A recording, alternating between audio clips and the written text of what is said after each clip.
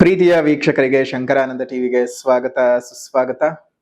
ಇವತ್ತಿನ ವಿಡಿಯೋನಲ್ಲಿ ವಿಶೇಷವಾಗಿ ಯುಗಾದಿ ಹಬ್ಬದ ವರ್ಷ ಭವಿಷ್ಯ ಹೇಗಿದೆ.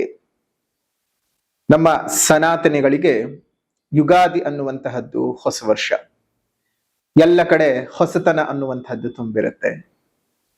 ಪ್ರಕೃತಿ ಹೊಸತಾಗಿ ನಿಂತ್ಕೊಂಡಿರುತ್ತೆ. ಮರಗಿಡಗಳು ತನ್ನ ಹಳೆಯ ಎಲೆಗಳನ್ನೆಲ್ಲ ಉದುರಿಸಿಕೊಂಡು ಹೊಸದಾದಂತಹ ಚಿಗುರುಗಳನ್ನ ಇಟ್ಕೊಂಡಿರ್ತಕ್ಕಂಥದ್ದು. ಈಗಷ್ಟೇ ಸುಗ್ಗಿಯ ಸಂಭ್ರಮವನ್ನ ಮರೆತು ವಿಶ್ರಾಮದಲ್ಲಿದ್ದಂತಹ ರೈತಾಪಿ ವರ್ಗದವರು ಇನ್ನು 2-3 ತಿಂಗಳ ನಂತರ ಪುನಃ ತನ್ನ ಕೆಲಸಗಳಿಗೆ ಹೋಗ್ತಕ್ಕಂತಹ ಕಾಲ. ಜೊತೆಗೆ ಯುಗದ ಆದಿ ಒಂದು ಹೊಸ ಪರಿವರ್ತನೆ ನಮ್ಮಲ್ಲಿ ಆಗುವಂತಹದ್ದು, ಹೊಸ ಸಂವತ್ಸರ ಆಗುವಂಥದ್ದು. ಈಗ ನಡೆಯುವಂತಹದ್ದು ಶ್ರೀ ವಿಶ್ವಾವಸ ನಾಮ ಸಂವತ್ಸರವು ಮುಗಿದು ನಡೆಯುವಂಥದ್ದು ಶ್ರೀ ಪರಾಭವ ನಾಮ ಸಂವತ್ಸರ. ಪರಾಭವ ನಾಮ ಸಂವತ್ಸರದ ಫಲ ಏನಪ್ಪಾ ಅಂದ್ರೆ, ಪರಾಭವಾಬ್ದೇ ರಾಜನಃ ಪ್ರಾಪ್ನುವಂತಿ ಪರಾಭವಂ ಆಮಯ ಕ್ಷುದ್ರ ಧಾನ್ಯಾನಿ ಪ್ರಭೂತಾನಿ ಸೃವಷ್ಟಯ. ಕಷ್ಟಪಟ್ಟು ಒಂದ್ ಸೈಟ್ ಅನ್ನ ಕೊಂಡ್ಕೊಂಡಿದ್ದಾಯ್ತು. ಈಗ ಆ ಜಾಗದಲ್ಲಿ ಮನೆ ಕಟ್ಟಿಸ್ಬೇಕು, ಪಾಯ ಯಾರ ಕಡೆಯಿಂದ ಹಾಕಿಸ್ಬೇಕು, ಬೇಕಾದ ಕಲ್ಲುಗಳಾಗಿರ್ಲಿ, ಕಬ್ಬಣ ಆಗಿರ್ಲಿ, ಮರಳು, ಜಲ್ಲಿಕಲ್ಲು, ಅದೇ ರೀತಿಯಾಗಿ ಮನೆಗೆ ಬೇಕಾಗಿರುವಂತಹ ಇಟ್ಟಿಗೆ, ಸಿಮೆಂಟು ಎಲ್ಲಿಂದನಪ್ಪ ತರಿಸ್ಬೇಕು, ಯಾರ ಕಡೆಯಿಂದ ಕೊಂಡ್ಕೊಳ್ಬೇಕು ಅಂತ ಯೋಚನೆ ಮಾಡ್ತಾ ಇದ್ದೀರಾ? ಇದರೆಲ್ಲದರ ಜೊತೆಗೆ ವಾಸ್ತು ಅನ್ನುವಂಥದ್ದು ಮನೆಗೆ ಬಹಳ ಮುಖ್ಯ. ಯಾರ ಕಡೆಯಿಂದ ನಾವು ವಾಸ್ತುವನ್ನು ತೋರಿಸ್ಬೇಕು ಅಂತಾನು ಯೋಚನೆ ಮಾಡ್ತಾ ಇದ್ದೀರಲ್ವಾ? ನೀವು ಯೋಚನೆ ಮಾಡೋದೇ ಬೇಡ. ಪಾಯ ಹಾಕೋದ್ರಿಂದ ಹಿಡಿದು ಮನೆಗೆ ಯಾವ ರೀತಿಯಾಗಿ ವಾಸ್ತು ಇರಬೇಕು ಅಂತ, ಜೊತೆಗೆ ಆ ಮನೆಗೆ ತಕ್ಕ ಹಾಗೆ ಯಾವ ಬಣ್ಣವನ್ನ ಹಾಕಬೇಕು, ನೆಲಕ್ಕೆ ಯಾವ ಕಲ್ಲು ಹಾಕಬೇಕು, ಗೋಡೆಗೆ ಯಾವ ಬಣ್ಣ ಬಡಿಬೇಕು, ಯಾವ ಕಬ್ಬಣ ಉಪಯೋಗಿಸಬೇಕು ಅಂತೆಲ್ಲ ವಿಶೇಷವಾದ ಮಾಹಿತಿಗಳನ್ನ ಪಾಯದಿಂದ ಹಿಡಿದು ಗೃಹ ಪ್ರವೇಶದವರೆಗೂ ನಿಮಗೆ ಬೇಕಾದಂತಹ ಎಲ್ಲಾ ಸವಲತ್ತುಗಳನ್ನ ಒಂದೇ ಸೂರಿನಡಿ ಕೊಡ್ತಾ ಇದ್ದಾರೆ. ಅತ್ಯಂತ ಕಡಿಮೆ ದರದಲ್ಲಿ ಉನ್ನತ ಗುಣಮಟ್ಟ ಇರತಕ್ಕಂತಹ ವಸ್ತುಗಳನ್ನ ಉಪಯೋಗಿಸಿ ನಿಮಗೆ ಅಂತಾನೆ ಮನೆಯನ್ನ ಕನ್ಸ್ಟ್ರಕ್ಷನ್ ಮಾಡಿಕೊಡ್ತಾ ಇದ್ದಾರೆ. ನಮ್ಮ ರಾಜಾಜಿನಗರದಲ್ಲಿರುವಂತಹ KMI ಕನ್ಸ್ಟ್ರಕ್ಷನ್ಸ್ ನವರು ನಿಮಗೆ ಏನಾದ್ರೂ ಮನೆ ಕಟ್ತಾ ಇದ್ದೀನಿ, ಎಲ್ಲಾ ರೀತಿಯಾದ ಗೊಂದಲಗಳಿದೆ ಅಂದ್ರೆ ಫಸ್ಟ್ ಇಲ್ಲಿರುವಂತಹ ಫೋನ್ ನಂಬರ್ಗೆ ಫೋನ್ ಮಾಡಿ ಎಲ್ಲಾ ಮಾಹಿತಿಗಳನ್ನ ನೀವು ಕುಲಂಕುಷವಾಗಿ ತಿಳ್ಕೊಂಡು ನಿಮಗೆ ಬೇಕಾದಂತಹ ಮನೆಯನ್ನ ನಿಮ್ಮ ಕೈಗೆಟಕುವ ದರದಲ್ಲಿ ಇವರೇ ಕಟ್ಟಿಕೊಡ್ತಾರೆ. ಎಲ್ಲಾ ವಿಚಾರಗಳನ್ನ ತಿಳ್ಕೊಂಡು ಮುಂದುವರಿರಿ. ಶುಭವಾಗ್ಲಿ. ಕನ್ಸ್ಟ್ರಕ್ಷನ್ಗೆ ಸಂಬಂಧಪಟ್ಟಂತಹ ಸಂಪೂರ್ಣ ಮಾಹಿತಿ ಬೇಕಾದ್ರೆ ಇಲ್ಲಿರುವಂತಹ ಫೋನ್ ನಂಬರ್ಗೆ ಫೋನ್ ಮಾಡಿ. ಶುಭವಾಗ್ಲಿ. ನೋಡಿ, ಈ ಒಂದು ಪರಾಭವ ನಾಮ ಸಂವತ್ಸರ ಹೆಸರು ಕೇಳ್ತಾ ಇದ್ದ ಹಾಗೆ ಎಲ್ಲೋ ಒಂದ್ ಕಡೆ ಪರಾಭವ, ಸೋಲು, ಓಡಿ ಹೋಗ್ತಕ್ಕಂತಹದ್ದು, ಎಲ್ಲೋ ಒಂದು ತರಹದ ಅಂಜು, ಬುರುಕುತನ ಈ ರೀತಿಯಾಗೆಲ್ಲ ಇರುತ್ತೆ. ಪರಾಭವ ನಾಮ ಸಂವತ್ಸರದಲ್ಲಿ ರಾಜರುಗಳು ಈಗ ಯಾರು ಇದ್ದಾರಲ್ಲ, ನಮ್ಮನ್ನ ಆಳ್ತಾ ಇರತಕ್ಕಂತಹ ರಾಜರುಗಳಿಗೆ ಸೋಲುಗಳಾಗ್ತದೆ. ಯಾರು ಆಳ್ತಾ ಇರ್ತಕ್ಕಂತಹ ರಾಜರು, ಅದು ರಾಜ್ಯಾತೀತವಾಗಿ ತೆಗೆದುಕೊಳ್ಳುವಂತದ್ದಾಗಿರ್ಲಿ, ದೇಶವನ್ನ ತೆಗೆದುಕೊಳ್ಳುವಂತದ್ದಾಗ್ಲಿ, ಅಂತಹ ರಾಜರುಗಳಿಗೆ ಸೋಲಾಗ್ತದೆ. ಅದೇ ರೀತಿಯಾಗಿ ಆಮಯ ಕ್ಷುದ್ರ ಧಾನ್ಯಾನಿ ಸಣ್ಣ ಸಣ್ಣ ಕಾಳುಗಳನ್ನು ಹೊಂದಿರತಕ್ಕಂತಹದ್ದು, ಅಂತಹ ಧಾನ್ಯಗಳು ನಿಮಗೆ ಚೆನ್ನಾಗಿ ಫಲ ಕೊಡ್ತಕ್ಕಂತಹದ್ದು. ಜೊತೆಗೆ ಸುವೃಷ್ಟಯ, ವೃಷ್ಟಿಯು ತುಂಬಾನೇ ಚೆನ್ನಾಗಿ ಆಗತ್ತೆ. ಮಳೆ ತುಂಬಾ ಚೆನ್ನಾಗಿ ಬರ್ತಕ್ಕಂತಹದ್ದು, ಮಳೆಯ ವಿಶೇಷವಾದಂತಹ ಒಂದು ಅನುಗ್ರಹ ಉಂಟಾಗ್ತದೆ. ಹೀಗಾಗಿ ಈ ಒಂದು ಪರಾಭವನಾಮ ಸಂವತ್ಸರದಲ್ಲಿ ರಾಜರುಗಳಿಗೆ ತೊಂದರೆಗಳಾಗ್ತದೆ. ಇನ್ನು ಈ ಒಂದು ಯುಗಾದಿ ಹಬ್ಬವು ನಮಗೆ ಗುರುವಾರದ ದಿವಸ ಆಗಿರೋದ್ರಿಂದ ಆ ವಾರದ ನಾಯಕ ಯಾರಪ್ಪ ಅಂತ ಹೇಳಿದ್ರೆ ಗುರುಗ್ರಹ, ಬೃಹಸ್ಪತಿ ಗ್ರಹ. ಆ ಗುರುಗ್ರಹನು ಈ ವರ್ಷದ ರಾಜನು. ಅದೇ ರೀತಿಯಾಗಿ ಮಂತ್ರಿಯು ಕುಜನಾಗ್ತಾನೆ, ಸೇನಾಧಿಪತಿಯು ಚಂದ್ರನಾಗ್ತಾನೆ, ಸಸ್ಯಾಧಿಪನು ಶುಕ್ರನಾಗ್ತಾನೆ, ಧಾನ್ಯಾಧಿಪತಿಯು ಬುಧನಾಗ್ತಾನೆ, ಅರ್ಘಾಧಿಪತಿಯು ಚಂದ್ರನಾಗ್ತಾನೆ, ಮೇಘಾಧಿಪತಿಯು ಸಹ ಚಂದ್ರನಾಗ್ತಾನೆ, ರಸಾಧಿಪತಿ ರವಿಯಾದ್ರೆ ನಿರಸಾಧಿಪನು ಗುರುವಾಗ್ತಾನೆ, ಪಶುಗಳ ನಾಯಕನು ಕೃಷ್ಣನಾಗ್ತಾನೆ.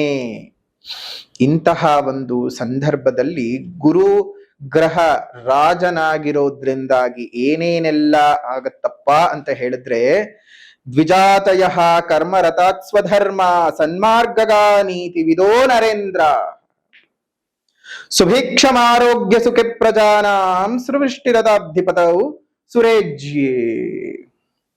ಗುರುವು ರಾಜನಾಗಿರೋದ್ರಿಂದ ದ್ವಿಜರು ಸತ್ಕರ್ಮಗಳನ್ನ ಮಾಡುವಂಥವರಾಗ್ತಾರೆ. ಜನ್ಮನ ಜಾಯತೆ ಜಂತುಹು, ನೀವು ಜನ್ಮದಿಂದ ಜಂತುಗಳೇ ಹೊರತು ನನ್ನ ತಂದೆ ತಾಯಿ ಅವರಿಂದ ಬಂದಂತಹ ಬಳುವಳಿಗಳು ಜಾತಿಗಳಲ್ಲ ಅಥವಾ ವರ್ಣಗಳಲ್ಲ. ತಂದೆ ತಾಯಿಯಿಂದ ಬರುವಂಥದ್ದು ವರ್ಣವಲ್ಲ.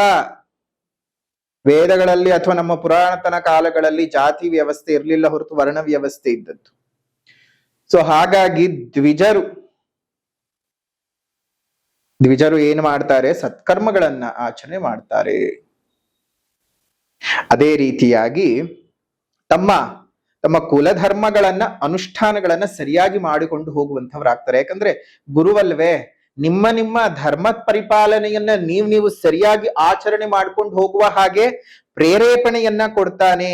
ಜೊತೆಗೆ ರಾಜರುಗಳಿಂದ ರಾಜ್ಯ ಪರಿಪಾಲನೆ ಮಾಡುವಂಥವ್ರು ಸ್ವಲ್ಪ ಸರಿಯಾಗಿರುವಂಥವ್ರು ಸಿಗಬಹುದು ಪರಿವರ್ತನೆಯ ನಂತರದಲ್ಲಿ ಜನರ ಯೋಗಕ್ಷೇಮವನ್ನ ವಿಚಾರಿಸ್ಕೊಳ್ತಕ್ಕಂತಹ ಒಂದಷ್ಟು ಪರಿವರ್ತನೆಗಳು ಆದ್ರೂ ಆಗತ್ತೆ. ಜೊತೆಗೆ ಪ್ರಜೆಗಳ ಆರೋಗ್ಯ ಸ್ವಲ್ಪ ಮಟ್ಟಕ್ಕೆ ಸುಧಾರಿಸುತ್ತೆ. ಒಳ್ಳೆಯ ಮಳೆಯಾಗಿ ಧಾನ್ಯಗಳು ಹೇರಳವಾಗಿ ಬರುತ್ತೆ. ಅದೇ ರೀತಿ ಇನ್ನೊಂದು ಪ್ರಮುಖವಾಗಿರತಕ್ಕಂತಹದ್ದು ಏನಪ್ಪಾ ಅಂತ ಹೇಳಿದ್ರೆ, ಕುಜನ್ ಮಂತ್ರಿಯಾಗಿರೋದ್ರಿಂದ ಹಸಿರಿನ ಪೈರುಗಳು ಅಗ್ನಿ ಭಯದಿಂದ ಒಣಗಿ ಹೋಗಬಹುದು. ಅಂದ್ರೆ ಅಷ್ಟು ಉಷ್ಣ ಬಿಸಿ ಇರುತ್ತೆ. ಜಲೋಪದ್ರವಗಳು ಜಾಸ್ತಿ ಆಗ್ತಕ್ಕಂತಹದ್ದು, ಸುಂಟರ್ ಗಾಳಿಗಳು ಜಾಸ್ತಿ ಆಗುವಂತಹದ್ದು, ರೋಗ ಪೀಡೆಗಳು ಸಸ್ಯಗಳಿಗೆ ಜಾಸ್ತಿ ಆಗುವಂತಹದ್ದು ಆಗತ್ತೆ. ಅದೇ ರೀತಿಯಾಗಿ ಇಂತಹ ಸಸ್ಯಗಳಿಗೆಲ್ಲ ಸಸ್ಯಾಧಿಪನಾಗಿರತಕ್ಕಂತಹ ಶುಕ್ರನ ಫಲವನ್ನ ನೋಡೋದ್ರಿಂದ ಸ್ವಲ್ಪ ಮಟ್ಟಕ್ಕೆ ಏನೇ ಹೆಚ್ಚು ಕಡಿಮೆಗಳೆಲ್ಲ ನಡೆದ್ರೂ ಸಹ ರೈತರ ಬೆಳೆಗಳಿಗೆ ಹಾನಿಗಳು ಅಷ್ಟು ಆಗೋದಿಲ್ಲ. ಒಟ್ಟಾರೆಯಾಗಿ ಈ ಒಂದು ನವನಾಯಕರ ಫಲ ಆಗಿದ್ದಿರಬಹುದು, ರಾಜನ ಮಂತ್ರಿ ಫಲಗಳು, ಸಸ್ಯಾಧಿಪನ ಫಲಗಳೆಲ್ಲ ಒಂದ್ ಹಂತಕ್ಕೆ ಶುಭ ರೀತಿನಲ್ಲೇ ಇರತಕ್ಕಂತಹದ್ದು. ಹಾಗಾಗಿ ಏನು ಯೋಚನೆ ಮಾಡುವಂತಹ ಅವಶ್ಯಕತೆ ಇಲ್ಲ. ಇನ್ನು ಪ್ರಮುಖವಾಗಿ ಬಂದಂತಹ ಸಂದರ್ಭದಲ್ಲಿ ವರ್ಷದಲ್ಲಿ ಗ್ರಹಣ ಅಂತ ಬಂದ ಸಂದರ್ಭದಲ್ಲಿ ಯಾವಾಗ್ಲೂ ಅಷ್ಟೇ, ಈ ವರ್ಷ ಗ್ರಹಣ ಇದೆ, ಪ್ರತಿ ವರ್ಷ ಗ್ರಹಣ ನಡೆಯುತ್ತೆ. ಮಿನಿಮಮ್ 2 ಗ್ರಹಣನಾದ್ರೂ ನಡೆಯುತ್ತೆ. ಮ್ಯಾಕ್ಸಿಮಮ್ ಅದು 6-7 ಗ್ರಹಣಗಳು ನಡೆಯೋದಕ್ಕೆ ಸಾಧ್ಯತೆ ಇದೆ. ಆ ಗ್ರಹಣಗಳು ನೀವು ವಾಸ ಮಾಡ್ತಾ ಇರ್ತಕ್ಕಂತಹ ಪ್ರದೇಶಗಳಲ್ಲಿ ಗೋಚಾರವಿದೆಯಾ ಇಲ್ಲವಾ ಅನ್ನುವಂತಹದ್ದೇ ಪ್ರಶ್ನೆ. ಹಾಗಾಗಿ ನೀವು ವಾಸ ಮಾಡ್ತಾ ಇರ್ತಕ್ಕಂತಹ ಪ್ರದೇಶಗಳಲ್ಲಿ ಗೋಚಾರಕ್ಕೆ ಬಂದಾಗ ಮಾತ್ರವೇ, ಈಗ ನಾವೇನಿದ್ದೀವಿ ಭಾರತದಲ್ಲಿ ಇದ್ದೀವಿ, ಆದ್ರೆ ಭಾರತದಲ್ಲಿ ಹುಟ್ಟಿ ಎಷ್ಟೋ ಜನ ವಿದೇಶದಲ್ಲಿ ಕೆಲಸ ಮಾಡ್ತಾ ಇರತಕ್ಕಂಥವ್ರಿದ್ದಾರೆ, ಬೇರೆ ಬೇರೆ ದೇಶಕ್ಕೆ ಹೋಗಿ ಕೆಲಸಗಳನ್ನ ಮಾಡಿ ಅಲ್ಲಿರುವಂಥವ್ರು ಇದ್ದಾರೆ. ಹಾಗಂತ ಹೇಳಿ ನಾನ್ ಭಾರತದಲ್ಲಿ ಹುಟ್ಟಿದ್ದೀನಿ, ನಾನ್ ಬೇರೆ ಕಡೆ ಕೆಲಸ, ಅದೆಲ್ಲ ಬರೋದಿಲ್ಲ. ನೀವ್ ಎಲ್ಲೇ ಹುಟ್ಟಿರಿ, ಎಲ್ಲೇ ಕೆಲಸ ಮಾಡ್ತೀರಿ, ಏನೇ ಮಾಡ್ಕೊಂಡಿರಿ, ನೀವು ಸದ್ಯ ಆ ವಾಸ ಇರತಕ್ಕಂತಹ ಪ್ರದೇಶಗಳಲ್ಲಿ ಏನಾದರೂ ಗ್ರಹಣದ ಗೋಚಾರವಿದ್ರೆ ಮಾತ್ರ. ಒಟ್ಟಾರೆಯಾಗಿ ನಮ್ಗೆ ಈ ವರ್ಷದಲ್ಲಿ ಒಟ್ಟು 4 ಗ್ರಹಣಗಳು ಸಂಭವಿಸುತ್ತೆ. 12ನೇ ತಾರೀಕು 8ನೇ ತಿಂಗಳು 2026 ಬುಧವಾರ, ಆಷಾಢದ ಕೃಷ್ಣ ಪಕ್ಷದ ಅಮಾವಾಸ್ಯ ದಿವಸ ನಿಮ್ಗೆ ಮೊದಲನೇ ಗ್ರಹಣ ನಡೆಯುತ್ತೆ. ಅದು ನಮ್ಮ ಭಾರತಕ್ಕೆ ಗೋಚಾರ ಇಲ್ಲ, ಕಾಣಿಸೋದಿಲ್ಲ. ಎರಡನೇದಾಗಿ 28ನೇ ತಾರೀಕು 8ನೇ ತಿಂಗಳು 2026 ಶ್ರಾವಣದ ಪೌರ್ಣಮಿ ದಿವಸ ನಡೆಯುತ್ತೆ. ಅದು ಸಹ ನಮ್ಮ ಭಾರತ ದೇಶಕ್ಕೆ ಕಾಣಿಸೋದಿಲ್ಲ, ಗ್ರಹಣದ ಆಚರಣೆ ಇಲ್ಲ. ಇನ್ನು 6ನೇ ತಾರೀಕು 2ನೇ ತಿಂಗಳು 2027 ಅಮಾವಾಸ್ಯ ದಿವಸ, ಅದರಲ್ಲೂ ಪೌಷ ಮಾಸದ ಅಮಾವಾಸ್ಯ ದಿವಸ ನಡೆಯುತ್ತೆ. ಅದು ಸಹ ನಮ್ಮ ಕಣ್ಣಿಗೆ, ಅಂದ್ರೆ ಇಲ್ಲಿ ಭಾರತದಲ್ಲಿ ಗೋಚಾರವಿಲ್ಲ. 20ನೇ ತಾರೀಕು 2ನೇ ತಿಂಗಳು 2027 ಪೆನಂಬ್ರಲ್ ಚಂದ್ರಗ್ರಹಣ, ಮಾಘ ಮಾಸದ ಪೌರ್ಣಮಿ ದ್ವಿತೀಯ ದಿವಸ, ಅದು ನಮಗೆ ಕಾಣಿಸುವುದಿಲ್ಲ. ಸೊ ಹಾಗಾಗಿ ನೀವೇನ್ ಯೋಚನೆ ಮಾಡುವಂತಹ ಅವಶ್ಯಕತೆ ಇಲ್ಲ. ಈ ಒಂದು ವರ್ಷದಲ್ಲಿ ಯಾವುದೇ ಒಂದು ಗ್ರಹಣಗಳು ನಮಗೆ ಗೋಚಾರವಿಲ್ಲ. ಆದ್ರೆ ಆ ಗ್ರಹಣದ ಸಮಯ ಬಂದಂತಹ ಸಂದರ್ಭದಲ್ಲಿ ನೀವು ಏನೇನ್ ಮಾಡ್ಬೇಕು, ಏನೇನ್ ಮಾಡಬಾರ್ದು, ಗ್ರಹಣದ ಆಚರಣೆ ಇಲ್ಲ, ಆದ್ರೆ ಗ್ರಹಣಕ್ಕೂ ಮೀರಿದ್ದು ಕೆಲವೊಂದು ನಮ್ಮ ಬದುಕಿನಲ್ಲಿ ದೇವರ ಉಪಾಸನೆಗಳನ್ನಾಗ್ಲಿ, ಮಂತ್ರೋಪದೇಶಗಳನ್ನಾಗ್ಲಿ, ಅಥವಾ ನಮ್ಮ ಇಷ್ಟದ ದೇವತೆಗಳ ಉಪಾಸನೆಯ ಅನುಷ್ಠಾನದ ಕ್ರಮಗಳನ್ನ ಮಾಡ್ಕೊಂಡು ಹೋಗೋದಕ್ಕೆ ಅದು ಪರ್ವಕಾಲಗಳಾಗಿರ್ತವೆ. ಗೋಚಾರವಿದ್ರೆ ಇನ್ನು ಶಕ್ತಿ ಹೆಚ್ಚು. ಅದು ನಭೋಮಂಡಲದಲ್ಲಿ ಆಗೇ ಆಗೋದ್ರಿಂದ ನೀವು ಮಾಡ್ಕೊಳ್ಬೇಕಾದದ್ದನ್ನ ನಾವು ಹೇಳ್ಕೊಡ್ತೀವಿ ಆ ಸಮಯ ಬಂದಂತಹ ಸಂದರ್ಭದಲ್ಲಿ. ಸೊ ಹಾಗಾಗಿ ಎಲ್ಲವೂ ಸಹ ಶುಭವಾಗ್ಲಿ, ಮಂಗಳವಾಗ್ಲಿ. ನಾವು ಪ್ರತಿ ವರ್ಷವೂ ಅಷ್ಟೇ ಯಾವುದೇ ವರ್ಷ ಭವಿಷ್ಯವನ್ನ ಲೆಕ್ಕಾಚಾರ ಹಾಕುವಂತಹ ಸಂದರ್ಭದಲ್ಲಿ ಪ್ರತಿ ಬಾರಿ ಗಣನಕ್ಕೆ ತೆಗೆದುಕೊಳ್ತಕ್ಕಂಥದ್ದು ಗುರು ಶನಿ ರಾಹು ಕೇತುಗಳು. ಯಾಕಂದ್ರೆ ಬಹಳ ದೀರ್ಘಕಾಲದಲ್ಲಿ ಸಂಚಾರ ಮಾಡೋದ್ರಿಂದ ಗುರುಬಲವಾಗ್ಲಿ ಶನಿ ಬಲವಾಗ್ಲಿ ಅದು ಎಷ್ಟು ಪ್ರಬಲವಾಗಿ 2.5 ವರ್ಷ 1 ವರ್ಷ ಇರುತ್ತಲ್ಲ, ಹಾಗಾಗಿ ಅದನ್ನ ಪ್ರಮುಖ ಸ್ಥಾನ ಅಂತ ತಗೊಂಡು ಮಿಕ್ಕಿದ್ದೆಲ್ಲ ಗೋಚಾರದ್ದು ಆಯಾ ಮಾಸಗಳಲ್ಲಿ ಬದಲಾವಣೆ ಆಗ್ತಾನೆ ಹೋಗ್ತಾ ಇರುತ್ತೆ. ಸೊ ಅದನ್ನ ಮಾಸ ಭವಿಷ್ಯದಲ್ಲಿ ತಿಳ್ಕೊಳ್ಳೋಣ. ಇಲ್ಲಿ ಪ್ರಮುಖವಾಗಿ ನೋಡಿ, ನಮಗೆ 1ನೇ ತಾರೀಕು 6ನೇ ತಿಂಗಳು 2026 ಮಧ್ಯರಾತ್ರಿ 2:25 ಅಂದ್ರೆ 2ನೇ ತಾರೀಕು 6ನೇ ತಿಂಗಳು 2026 ತನ್ನ ಉಚ್ಚ ಸ್ಥಾನವಾಗಿರ್ತಕ್ಕಂತಹ ಕರ್ಕಾಟಕ ರಾಶಿಗೆ ಪುನರ್ವಸು ನಕ್ಷತ್ರ 4ನೇ ಪಾದಕ್ಕೆ ಗುರುವು ಸಂಚಾರ ಮಾಡ್ತಾ ಇದ್ದಾನೆ. ಗುರುವು ತನ್ನ ಸ್ಥಾನವನ್ನ ಮಿಥುನ ರಾಶಿಯಿಂದ ಒಂದು ಕರ್ಕಾಟಕ ರಾಶಿ ಪ್ರಯಾಣವನ್ನು ಬೆಳೆಸ್ತಾ ಇದ್ದಾನೆ. ಇದು ನೋಡಿ 12 ವರ್ಷಗಳಿಗೆ ಒಮ್ಮೆ ನಡೀತಕ್ಕಂತಹದ್ದು.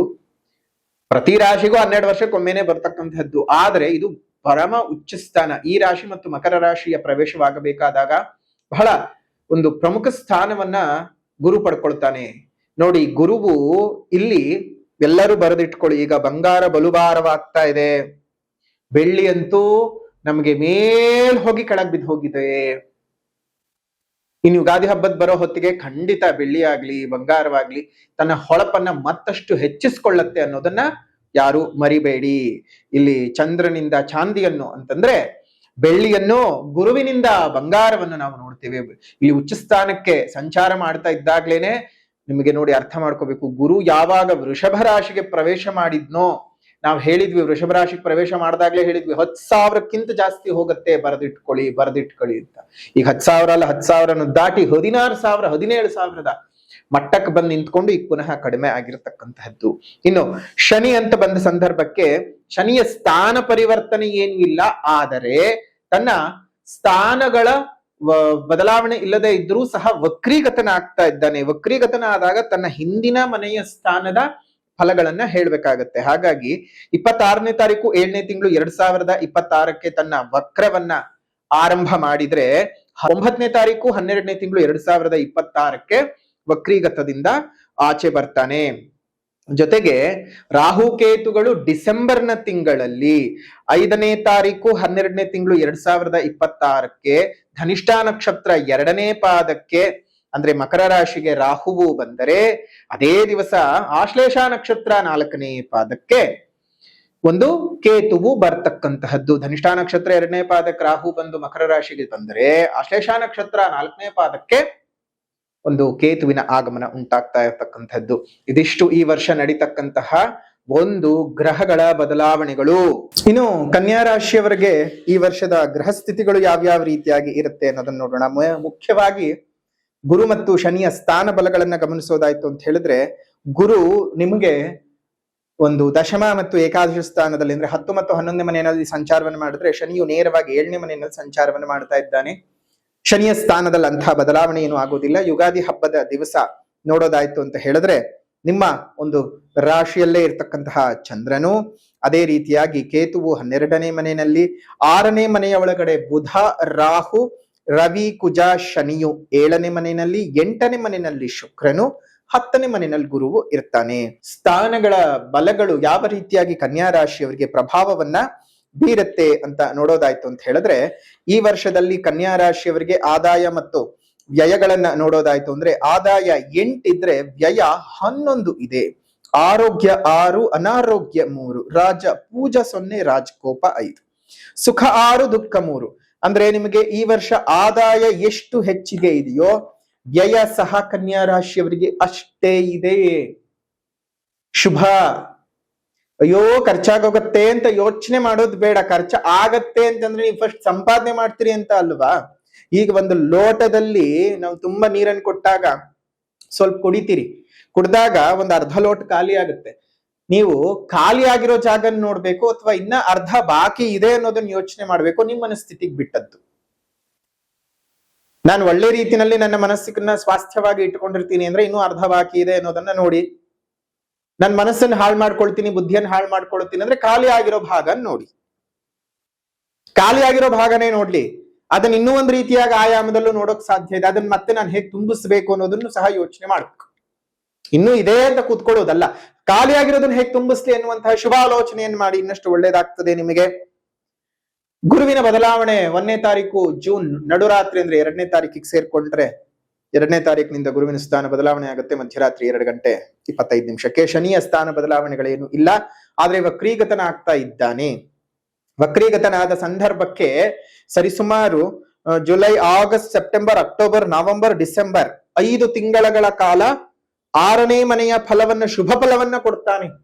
ಸಪ್ತಮದಲ್ಲಿ ಇದ್ದರೂ ಸಹ, ನೇರವಾಗಿ ದೃಷ್ಟಿ ಇದ್ರೂ ಸಹ ವಕ್ರೀಗತನಾದಂತಹ ಸಂದರ್ಭದಲ್ಲಿ ಏನಾಗ್ತದೆ ಅಂತ ಹೇಳಿದ್ರೆ, ಈ ಒಂದು ಶನಿಯು ಯಾವುದೇ ಗ್ರಹವು ವಕ್ರವಾದಾಗ ಹಿಂದಿನ ಮನೆ ಫಲಗಳನ್ನು ಕೊಡ್ತಾನಂತೆ. ಹಿಂದಿನ ಮನೆ ಅಂತ ಹೇಳಿದ್ರೆ 6ನೇ ಮನೆ ಆಯ್ತು ಕನ್ಯಾ ರಾಶಿಗೆ. ಅಂದ್ರೆ ಪ್ರಾರಂಭಿಕವಾಗಿ ನಿಮಗೆ ಜೂನ್ ನಿಂದ ಹಿಡಿದು ಡಿಸೆಂಬರ್ನವರೆಗೂ, June, July, August, September, October, November, December, ಇಷ್ಟು ತಿಂಗಳುಗಳ ಕಾಲವೂ ಸಹ ನಿಮಗೆ ತುಂಬಾ ಚೆನ್ನಾಗಿರತಕ್ಕಂತಹ ಸುಸಂದರ್ಭ, ಅಭಿವೃದ್ಧಿಗಳು ಜಾಸ್ತಿ ಆಗ್ತಾ ಇರುತ್ತೆ. ಜೊತೆಗೆ 5ನೇ ತಾರೀಕು 12ನೇ ತಿಂಗಳು 2026ಕ್ಕೆ ಧನಿಷ್ಠಾ ನಕ್ಷತ್ರ 2ನೇ ಪಾದ ಮಕರ ರಾಶಿಗೆ ರಾಹು ಪ್ರವೇಶ ಮಾಡ್ತಾ ಇದ್ದಾನೆ. ಅದೇ ದಿವಸ ಆಶ್ಲೇಷ ನಕ್ಷತ್ರ 4ನೇ ಪಾದಕ್ಕೆ ಒಂದು ಕೇತು ಪ್ರವೇಶ ಮಾಡ್ತಾ ಇರತಕ್ಕಂತಹದ್ದು. ನಿಮಗೆ ರಾಹು ಕೇತುಗಳ ಬಿಡುಗಡೆ ಉಂಟಾಗ್ತಾ ಇದೆ ನೋಡಿ. 11ನೇ ಮನೆಗೆ ಬರ್ತಾನೆ. ರಾಹುವಿನ ವೀಕ್ಷಣೆ ಗುರು ಮೇಲೆ ಬರ್ತದೆ. ಲಕ್ಷ್ಮೀನಾರಾಯಣ ಯೋಗ ಒಟ್ಟಿಗೆ ಇದ್ದಾಗ ಚಾಂಡಾಲ ಯೋಗ, ಗುರುವೀಕ್ಷಣೆ ರಾಹುವಿನ ಮೇಲೆ ಬಂದಾಗ ಲಕ್ಷ್ಮೀನಾರಾಯಣ ಯೋಗ.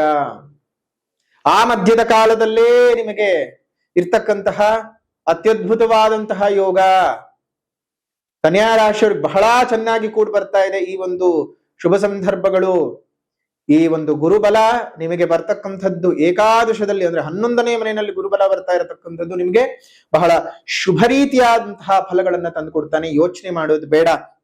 ಗುರು ಮತ್ತು ಶನಿಯ ಬಲವನ್ನ ಇನ್ನಷ್ಟು ವೃದ್ಧಿ ಮಾಡಿಕೊಂಡು ನಿಮ್ ಜೀವನನ ಮುಂದುವರಿಸ್ಕೊಳ್ತಾ ಹೋಗಿ. ಗುರು ಮಹಾಯಾಗವನ್ನ ಇದೇ ಒಂದು 31ನೇ ತಾರೀಕು 5ನೇ ತಿಂಗಳು 2026 ಭಾನುವಾರದ ಪೌರ್ಣಮಿ ದಿವಸ, ಅಧಿಕ ಮಾಸದಲ್ಲಿ ಬಂದಿರತಕ್ಕಂತಹ ಪೌರ್ಣಮಿ ದಿವಸ ಮಾಡ್ತಾ ಇದ್ದೇವೆ. ಅದೇ ರೀತಿಯಾಗಿ ಶನಿ ಮಹಾಯಾಗವನ್ನ 12ನೇ ತಾರೀಕು 7ನೇ ತಿಂಗಳು 2026 ಭಾನುವಾರದ ಪ್ರದೋಷದ ದಿವಸ ಮಾಡ್ತಾ ಇದ್ದೇವೆ. ಈ ಗುರು ಮಹಾಯಾಗ ಮತ್ತು ಶನಿಯಾಗದಲ್ಲಿ ಪ್ರಸಾದವನ್ನ ಏನ್ ಕೊಡ್ತೇವಲ್ಲ, ಗುರು ಮಹಾಯಾಗದ ಅಕ್ಷತ ಪ್ರಸಾದ ಮತ್ತು ಇದರ ಒಂದು ವಿಶೇಷವಾದಂತಹ ಕವಚ, ಬೃಹಸ್ಪತಿ ಕವಚವನ್ನ ಕತ್ತಿನಲ್ಲಿ ಧಾರಣೆ ಮಾಡಿ ಅಕ್ಷತೆಯನ್ನ ನಿಮ್ಮ ಜೊತೆನಲ್ಲಿ ಇಟ್ಕೊಂಡಿರಿ. ದೇವರ ಮನೆಯಲ್ಲಿ ಅಥವಾ ನಿಮ್ಮ ದೇವರ ಮನೆಯಲ್ಲಿ ಒಂದ್ ಸ್ವಲ್ಪ ಇಡಿ, ಪಾಕೆಟ್ ನಲ್ಲಿ ಒಂದ್ ಸ್ವಲ್ಪ ಇಟ್ಕೊಂಡಿರಿ, ನಿಮ್ ಜೊತೆನಲ್ಲೇ ಇಟ್ಕೊಂಡಿರಿ. ಬಹಳ ಅನುಕೂಲತೆಗಳನ್ನು ಸೃಷ್ಟಿ ಮಾಡಿಕೊಡುತ್ತೆ. ಇನ್ನಷ್ಟು ಗುರು ವೃದ್ಧಿಯಾಗಿ ನಿಮ್ಮ ಶುಭ ರೀತಿಯಾಗಿರತಕ್ಕಂತಹ ಸ್ಥಾನದ ಅಭಿವೃದ್ಧಿಯನ್ನ ಮಾಡೋದಕ್ಕೆ ಸಾಧ್ಯವಾಗ್ತದೆ. ಅದೇ ರೀತಿಯಾಗಿ ಶನಿಯ ರಕ್ಷಾ ಕವಚವನ್ನ ನಿಮ್ಮ ಕೈನಲ್ಲಿ ಧರಿಸಿಕೊಳ್ಳೋದ್ರಿಂದ ಶನಿಯ ವಿಶೇಷ ಫಲಗಳನ್ನ ಸಹ ನೀವು ಪಡ್ಕೊಳ್ಳೋದಕ್ಕೆ ಸಾಧ್ಯವಿದೆ. ಈ ಒಂದು ಶನಿ ಮತ್ತು ಗುರುವಿನ ವಿಶೇಷವಾದಂತಹ ಫಲಗಳನ್ನ ಪಡ್ಕೊಳ್ಳಿ. ಆ ಒಂದು ವಿಶೇಷವಾದಂತಹ ಮಹಾಯಾಗದಲ್ಲಿ ಕೊಡತಕ್ಕಂಥ ಪ್ರಸಾದವು ನಿಮ್ಮ ಜೊತೆನಲ್ಲಿ ಇಟ್ಕೊಂಡಿದ್ದು ನಿಮ್ ಜೀವನವನ್ನ ಇನ್ನಷ್ಟು ಸುಭದ್ರವಾಗಿ ಮಾಡ್ಕೊಳ್ಳೋದಕ್ಕೆ ಸಾಧ್ಯವಾಗ್ತದೆ ಅಂತ ಹೇಳ್ತಾ, ಈ ಒಂದು ಮಹಾಯಾಗದಲ್ಲಿ ಪಾಲ್ಗೊಳ್ಬೇಕು ಅಂತ ಹೇಳಿದ್ರೆ ಇಲ್ಲೇ ಇರ್ತಕ್ಕಂತಹ ಫೋನ್ ನಂಬರ್ಗೆ ಫೋನ್ ಮಾಡಿ ಸಂಪೂರ್ಣವಾದಂತಹ ಮಾಹಿತಿಯನ್ನು ಕೊಡ್ತಾರೆ, ಅಥವಾ ವಾಟ್ಸಪ್ ನಲ್ಲಿ ಮೆಸೇಜ್ ಮಾಡಿ ನಿಮ್ಗೆ ಆಡಿಯೋ ರೆಕಾರ್ಡಿಂಗ್ ಅನ್ನ ಕಳಿಸ್ತಾರೆ. ಮಾಹಿತಿಯನ್ನು ತಿಳ್ಕೊಂಡಿದ್ದು ಅದರ ನಂತರ ಮುಂದುವರಿರಿ ಅಂತ ಹೇಳ್ತಾ, ಈ ಒಂದು ಸಂದರ್ಭದಲ್ಲಿ ಕನ್ಯಾ ರಾಶಿಯವರಿಗೆ ಇರ್ತಕ್ಕಂತಹ ಸಂವತ್ಸರದ ಫಲಗಳೇನು ಅನ್ನೋದನ್ನ ಈಗ ಸ್ವಲ್ಪ ಮಟ್ಟಕ್ಕೆ ಗಮನಿಸೋದಾಯ್ತು ಅಂತ ಹೇಳಿದ್ರೆ, ಅತ್ಯಧಿಕವಾಗಿರ್ತಕ್ಕಂತಹ ಧನ ಪ್ರಾಪ್ತಿ ಉಂಟಾಗ್ತದೆ, ಉತ್ತಮ ಕಾರ್ಯ ಸಾಧನೆಯನ್ನು ಮಾಡ್ಕೊಳ್ತೀರಿ, ಗೌರವ ಸ್ಥಾನಮಾನಗಳು ಪ್ರಾಪ್ತಿ ಉಂಟಾಗ್ತದೆ, ಗಣ್ಯ ವ್ಯಕ್ತಿಗಳ ಪರಿಚಯ ಉಂಟಾಗ್ತದೆ, ಹೊಲ ಮನೆ, ಒಂದು ಪ್ಲಾಟ್, ಫ್ಲಾಟ್, ಸ್ಥಿರ ಮತ್ತು ಚರಾಸ್ತಿಗಳನ್ನ ನೀವು ಖರೀದಿ ಮಾಡ್ತಕ್ಕಂತಹ ಶುಭ ಯೋಗ. ಅದೇ ರೀತಿಯಾಗಿ ಹೊಸ ಹೊಸ ಕೆಲಸ ಕಾರ್ಯಗಳಲ್ಲಿ ಯಶಸ್ಸು ಉಂಟಾಗ್ತದೆ, ಇಷ್ಟ ಕಾರ್ಯಗಳು ನಿಮಗೆ ಸಿದ್ಧಿ ಆಗತಕ್ಕಂತಹದ್ದು.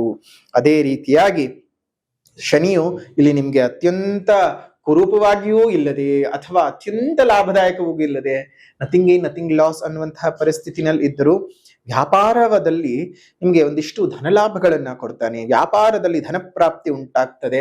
ಆದ್ರೆ ಶನಿಯ ಸಪ್ತಮ ಸಂಚಾರ ಮತ್ತು ನೇರ ದೃಷ್ಟಿ ರಾಶಿ ಮೇಲೆ ಇರೋದ್ರಿಂದ ದುಷ್ಟ ಜನರ ಸಹವಾಸವನ್ನು ಕೊಡ್ತಾನೆ.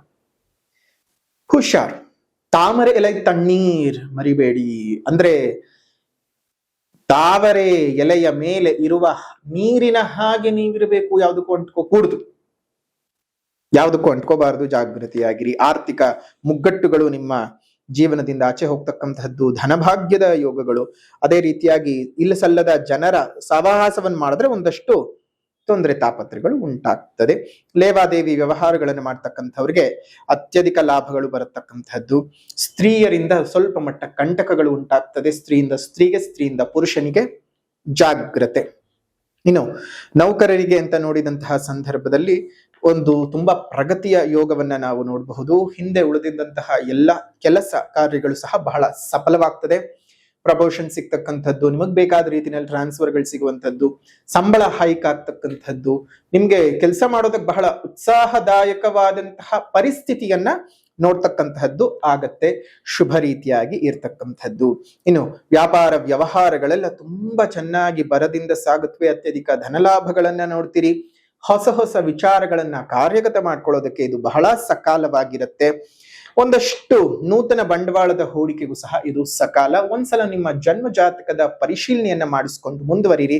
ಜನ್ಮ ಜಾತಕದ ಬಗ್ಗೆ ನಿಮ್ಗೆ ಸಂಪೂರ್ಣವಾದ ಮಾಹಿತಿ ತಿಳ್ಕೋಬೇಕು ಅಂದ್ರೆ ಇಲ್ಲೇ ಇರತಕ್ಕಂತಹ ಫೋನ್ ನಂಬರ್ಗೆ ವಾಟ್ಸಪ್ ನ ಮುಖಾಂತರ ಜಾತಕ ತೋರಿಸ್ಬೇಕು ಅಂತ ಮೆಸೇಜ್ ಮಾಡಿ ನಿಮ್ಗೆ ಡೀಟೇಲ್ಸ್ ಹೇಳ್ತಾರೆ. ಅಪಾಯಿಂಟ್ಮೆಂಟ್ ತಗೊಂಡು ಬಂದು ಭೇಟಿ ಮಾಡಿ. ಇನ್ನು ರೈತರಿಗೆ ನೋಡಿದಂತಹ ಸಂದರ್ಭದಲ್ಲಿ ನಿಮ್ಮ ಸಾಗುವಳಿಗಳು ಉತ್ತಮವಾಗಿರುತ್ತೆ. ಉತ್ತಮವಾದ ಬೆಲೆಗಳು ಬರ್ತಕ್ಕಂತಹದ್ದು. ನೀವೆಷ್ಟು ಪರಿಶ್ರಮ ಹಾಕಿದಷ್ಟು ಅಷ್ಟು ಉನ್ನತವಾಗಿರತಕ್ಕಂತಹ ಲಾಭಗಳನ್ನ ಗಳಿಸೋದಕ್ಕೆ ಸಾಧ್ಯವಾಗ್ತದೆ. ವಿದ್ಯಾರ್ಥಿಗಳಿಗೆ ಶುಭವಾದಂತಹ ವಾತಾವರಣ. ಪ್ರಾಥಮಿಕ ವಿದ್ಯಾರ್ಥಿಗಳಾಗಿದ್ದಿರಬಹುದು, ಅದೇ ರೀತಿಯಾಗಿ ಹೈಯರ್ ಸ್ಟಡೀಸ್ ಅನ್ನು ಮಾಡ್ತಕ್ಕಂತಹ ವಿದ್ಯಾರ್ಥಿಗಳಿಗೆ ಈ ವರ್ಷ ಬಹಳ ಸುಂದರದಾಯಕವಾದಂತಹ ಸುಸಂದರ್ಭ. ಸ್ವಲ್ಪ ಫೋಕಸ್ ಮಾಡಿ. ನಿಮ್ಗೆ ಏನ್ ಆಗಬೇಕು ಅಂತ ಅಂದ್ಕೊಂಡಿರ್ತೀರೋ ಅದು ನಿಮ್ಗೆ ಪ್ರಾಪ್ತಿ ಆಗತಕ್ಕಂತಹದ್ದು ಈ ವರ್ಷ. ನಿಮ್ಮ ಜೀವನದಲ್ಲಿ ಎಲ್ಲವೂ ಸಹ ಅಂದ್ಕೊಂಡಿರೋದನ್ನ ನೀವು ಸಾಧನೆ ಮಾಡ್ಕೊಳ್ಳೋದಕ್ಕೆ ಸಾಧ್ಯ ಆಗತ್ತೆ. ಶುಭವಾಗ್ಲಿ. ನಿಮ್ಮೆಲ್ಲ ಜೀವನದಲ್ಲಿರುವಂತಹ ಕಷ್ಟ ನಷ್ಟಗಳೆಲ್ಲ ತೊಲಗಿ ಹೋಗ್ಲಿ.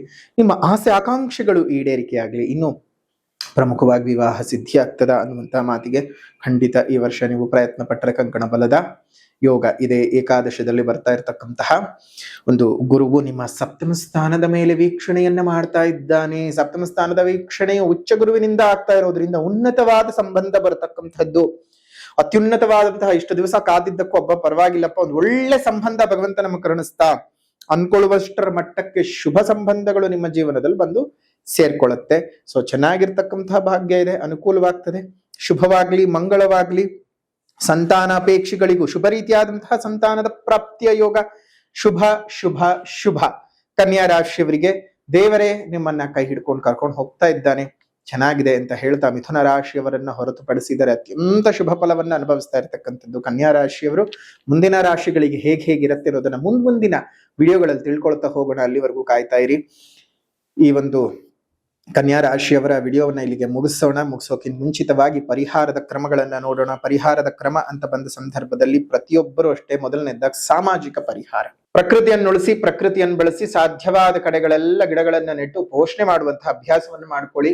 ಪ್ರಕೃತಿ ಜೊತೆಗೆ ಬದುಕಿ, ಪಶುಗಳನ್ನ ಕಾಪಾಡಿಕೊಳ್ಳಿ, ಪಕ್ಷಿಗಳಿಗೆ ಆಸರೆಯಾಗಿರಿ. ನಿಮ್ಮ ಮನೆ ಮುಂದೆ ಮತ್ತು ಮೇಲ್ಭಾಗದಲ್ಲಿ ಒಂದು ಸಣ್ಣ ಸಣ್ಣ ಕುಂಡಗಳಲ್ಲಿ ನೀರನ್ನ ಇಡುವಂತಹ ಅಭ್ಯಾಸ ಮಾಡ್ಕೊಳ್ಳಿ. ಅದರಿಂದ ಅದೆಷ್ಟೋ ಜೀವ ಜಂತುಗಳಿಗೆ ನೀವು ಕೊಡ್ತಕ್ಕಂತಹ ಹನಿ ನೀರು ಅವರ ಜೀವವನ್ನ ಉಳಿಸ್ಕೊಳ್ಳೋದಕ್ಕೆ ಸಾಧ್ಯವಾಗುತ್ತೆ. ಒಂದು ಜೀವಿಯ ಜೀವ ಉಳಿಸಿದಂತಹ ಪುಣ್ಯದ ಫಲ ನಿಮಗೆ ಸಿಗತ್ತೆ. ನೀವು ಖಂಡಿತವಾಗಿಯೂ ನಾವು ಇದನ್ನ ಹೇಗೆ ಹೇಳ್ತಿದ್ದೀವಿ ಅಂದ್ರೆ, ಎಲ್ಲರೂ ಸ್ವಾರ್ಥದಲ್ಲೇ ಪ್ರಪಂಚ ಬದುಕ್ತಾ ಇದೆ. ಆ ಪ್ರಪಂಚದಲ್ಲಿ ಸ್ವಾರ್ಥದಲ್ಲಿ ಬದುಕುವುದನ್ನು ಬಿಟ್ಬಿಡಿ. ಪ್ರಪಂಚದಲ್ಲಿ ನೀವು ಪ್ರಾಪಂಚಿಕರಾಗಿ ಬದುಕಿ, ಆಗ್ಲೇ ನಿಮ್ಗೆ ಜೀವನದ ಯಶಸ್ಸು ಸಿಗೋಕ್ ಸಾಧ್ಯ ಅಂತ ಹೇಳ್ತಾ, ಸಾಮಾಜಿಕ ಪರಿಹಾರದ ನಂತರದಲ್ಲಿ ಆಧ್ಯಾತ್ಮಿಕ ಪರಿಹಾರ. ಆಧ್ಯಾತ್ಮಿಕ ಪರಿಹಾರ ಅಂತ ಬಂದಾಗ 5 ಬೇವಿನ ಗಿಡಗಳನ್ನ ಸಾಧ್ಯವಾದ ಕಡೆ ನೆಟ್ಟು ಪೋಷಣೆಯನ್ನ ಮಾಡಿ, ಪ್ರತಿನಿತ್ಯವೂ ಅಷ್ಟೇ ಬೆಳಗ್ಗಿನ ಜಾವದಲ್ಲಿ ವಿಷ್ಣು ಸಹಸ್ರನಾಮವನ್ನ ಪಠಣ ಮಾಡ್ತಾ ಬನ್ನಿ. ಜೊತೆಗೆ ಈಗ ಹೇಳ್ತಾ ಇರುವಂತಹ ಬೀಜಾಕ್ಷರಿಯನ್ನ ನೀವು ಏನ್ ಮಾಡ್ಬೇಕು ಅಂತ ಹೇಳಿದ್ರೆ ಪಠಣವನ್ನ ಮಾಡ್ತಾ ಬನ್ನಿ.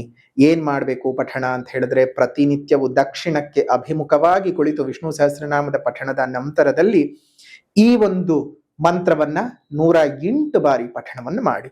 ಓಂ ಭುಂ ಬುಧಾಯ ನಮಃ. ಓಂ ಭುಂ ಬುಧಾಯ ನಮಃ. ಈ ಒಂದು ಮಂತ್ರವನ್ನ ಪ್ರತಿನಿತ್ಯ 108 ಬಾರಿ ಹೇಳ್ತಾ ಬನ್ನಿ. ಕಮೆಂಟ್ ಬಾಕ್ಸ್ ಅಲ್ಲಿ ಓಂ ಭಂ ಬುಧಾಯ ನಮಃ ಅನ್ನುವಂಥದ್ದನ್ನ ಕಮೆಂಟ್ ಮಾಡಿ. ಶುಭವಾಗ್ಲಿ, ಮಂಗಳವಾಗ್ಲಿ, ನಿಮ್ಮೆಲ್ಲರ ಜೀವನ ಸುಖದಾಯಕವಾಗಿರ್ಲಿ ಅಂತ ಹೇಳಿ ಪರಮೇಶ್ವರಿಯಲ್ಲಿ ಪ್ರಾರ್ಥನೆಯನ್ನ ಮಾಡ್ತಾ ಯುಗಾದಿ ಹಬ್ಬದ ಹಾರ್ದಿಕ ಶುಭಾಶಯಗಳನ್ನ ತಿಳಿಸ್ತಾ ಕನ್ಯಾ ರಾಶಿಯವರ ಯುಗಾದಿ ವರ್ಷ ಭವಿಷ್ಯವನ್ನ ಇಲ್ಲಿಗೆ ಮುಕ್ತಾಯ ಮಾಡೋಣ. ವಿಡಿಯೋ ಇಷ್ಟ ಆಗಿದ್ರೆ ಲೈಕ್ ಮಾಡಿ, ಶೇರ್ ಮಾಡಿ, ಕಮೆಂಟ್ ಮಾಡಿ. ಮತ್ತೊಂದು ವಿಡಿಯೋನಲ್ಲಿ ಭೇಟಿ ಮಾಡ್ತೇವೆ. ಅಲ್ಲಿವರೆಗೂ ನಮಸ್ಕಾರ. ಲೋಕ ಸಮಸ್ತ ಸುಖಿನೋ ಭವಂತು, ಸಕಲ ಸನ್ಮಂಗಳಾನಿ ಭವಂತು, ಸರ್ವೇ ಜನಾಃ ಸುಖಿನೋ ಭವಂತು, ಸಮಸ್ತ ಸನ್ಮಂಗಳಾನಿ ಭವಂತು.